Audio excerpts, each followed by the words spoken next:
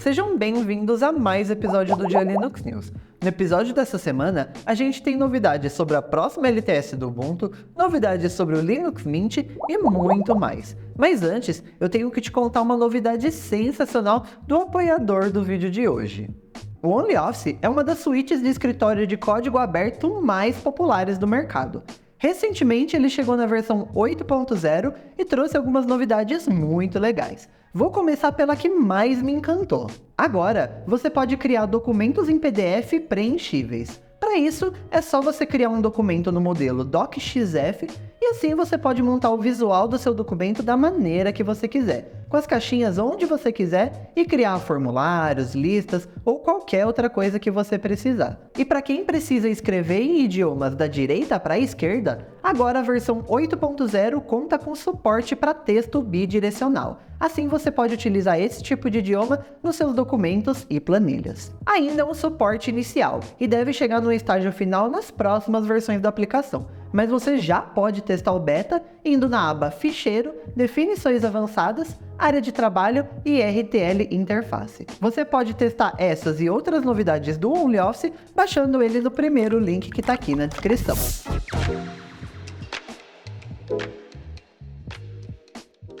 Se você já utilizou o terminal do Linux, você com certeza já ouviu falar no comando sudo.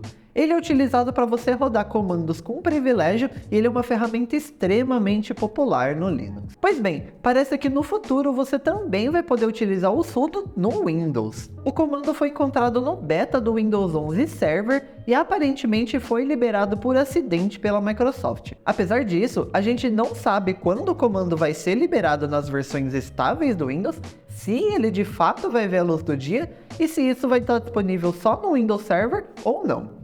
De qualquer maneira, é curioso ver o Windows trazendo uma ferramenta tão popular do mundo Linux. Ainda falando do Windows, uma novidade que chegou lá no Windows 8 era um novo instalador do sistema. Pois bem, quase 12 anos se passaram e ele segue exatamente o mesmo instalador, mesmo se você instalar o Windows 10 ou o Windows 11. Até agora, quem é membro do Windows Insider Canary já consegue instalar o sistema utilizando um novo instalador. Mas não crie muitas expectativas, já que as mudanças não são tão grandes assim.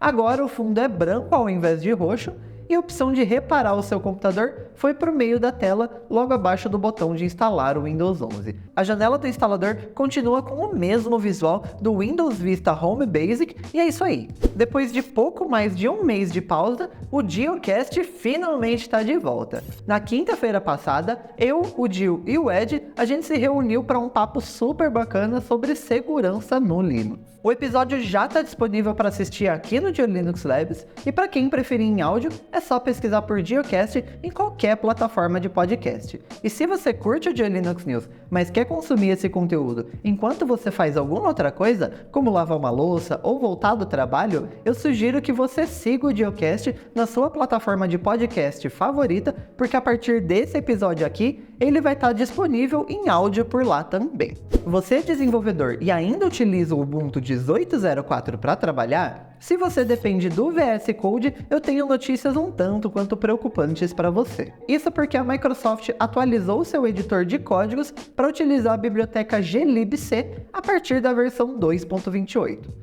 O problema é, o Ubuntu 18.04 utiliza o glibc na versão 2.27, o que quer dizer que o VS Code parou de funcionar nessa versão. Apesar do Ubuntu 18.04 ter perdido o suporte para usuários não pagantes, para quem utiliza o ESM, ele tem suporte até 2028. Mas, pelo menos por enquanto, nada muda.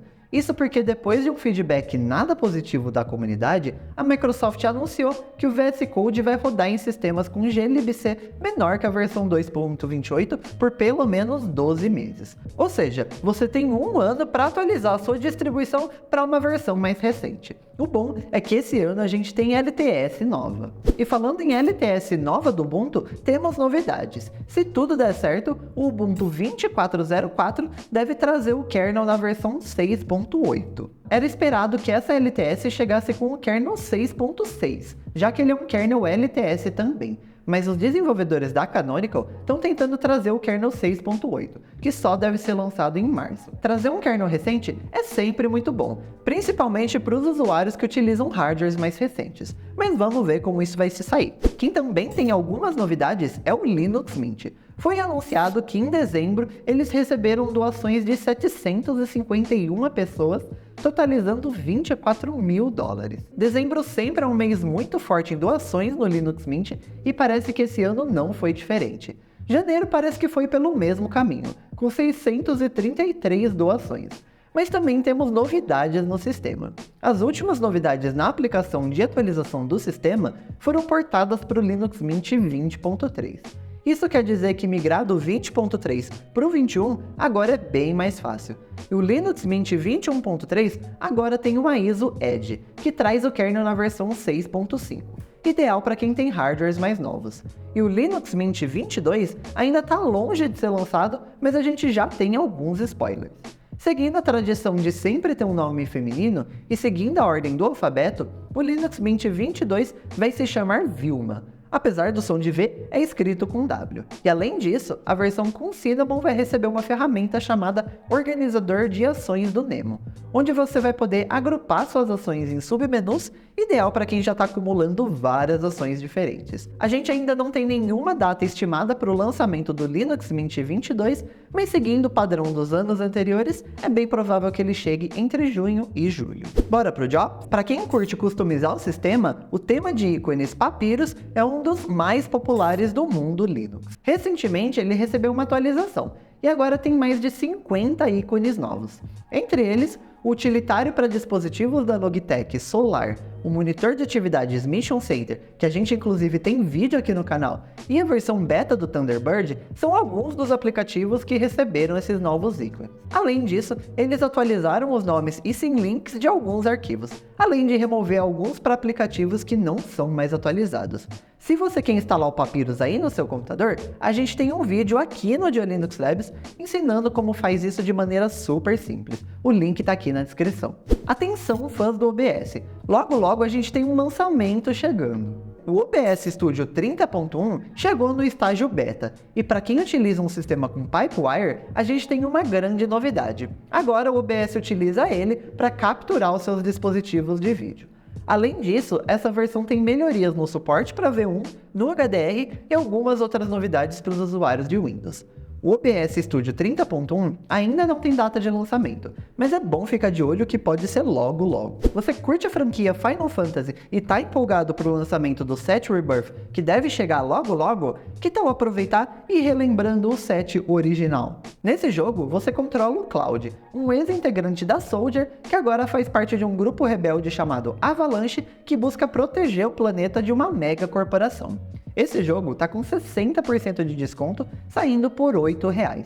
Ele roda no Linux através do Proton, a camada de compatibilidade da Valve, e tá com ranking platina lá no ProtonDB. E se você quiser receber ainda mais notícias do que aconteceu no mundo da tecnologia e do Open Source, é só se inscrever lá na nossa newsletter, em diolinux.com.br/newsletter. Quer conferir o último episódio do Diocast? Então é só clicar nesse vídeo que tá aqui do lado. Eu te vejo lá.